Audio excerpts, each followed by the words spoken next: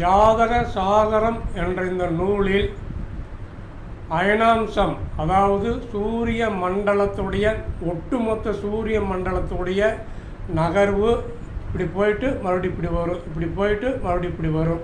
கிருத்திகள் ஆரம்பித்து பூரட்டாதி 4ஆம் பாதம் 20 கலை வரைக்கும் போயிட்டு மறுபடியும் இப்படி வரும்.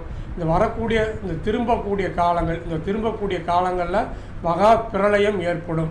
அந்த மாதிரி பிரளயம் ஏற்படுவதற்கு 7200 ஆண்டுகள் ஆகும். 7200 ஆண்டுகளுக்கு முன்பு இருந்த வரலாறு இதுவரைக்கும் பூமியில் கண்டுபிடிக்கப்படவில்லை. இதுதான் உண்மை. ஜோதிடர்கள் பங்குனி மாதம் 6ஆம் தேதி மேசாயனம்னு போட்டிருப்பாங்க. அப்போ உத்திரட்டாதி 2 தான் வருஷ பிறப்பு.